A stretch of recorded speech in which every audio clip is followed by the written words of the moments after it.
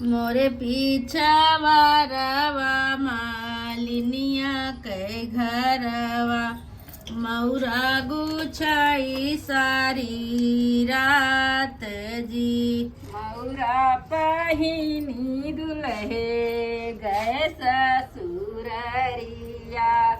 सासू जे पूछे एक बात जी।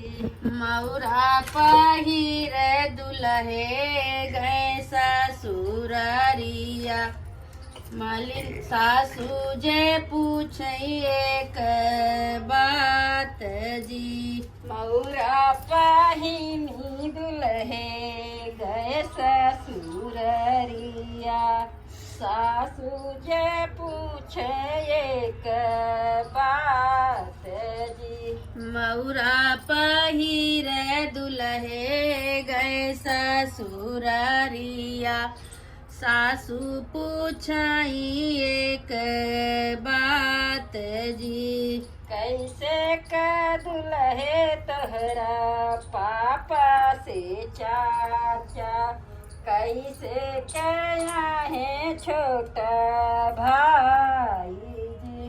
कैसे यहाँ दुल्हे पापा से चाचा हो कैसे यहाँ छोटा भाई जी। कैसे क्या है दुल्हे सग बहनोइया जे कभी नू नाही सो है बरात जी।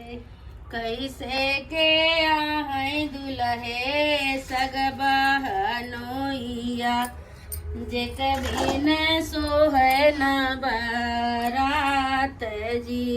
पीली पगड़िया सासू पापा से चाचा छोटा छायल छोटा भाई जी।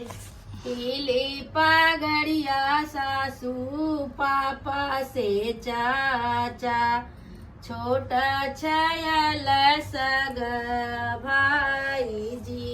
करवा उतरई सासू सग बहनोइया उन्हीं बेगर सोहै बरात जी।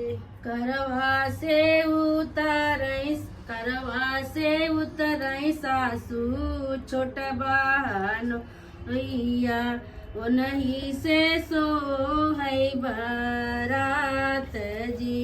छोड़ी दे बई है दुल्हे पापा से चाचा छोड़ी दे बई सगत छोटा भाई जी।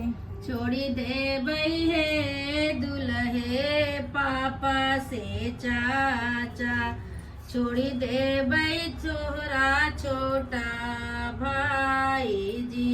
एक नाही छोड़ब दुल्हे सग बहनोइया जे कभी नू नाही सो है बरात जी। एक नाही छोड़बई दुल्हे सग बहनोइया जे कभी न सोहै न बारात जी। नहीं ले तू मोरी सासू पापा से चाचा लई ले तू छोट सग भाई जी। राखी ले तू मोरी सासू पापा से चाचा राखी ले तू छोटा का भाई जी।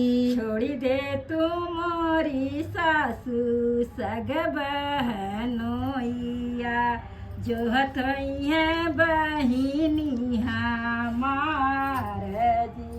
छोड़ी दे तू मोरी सासू सग बहनोइया छोड़ी दे तू मोरी सासू सग बहनोइया जो तो बहिनी हमार जी।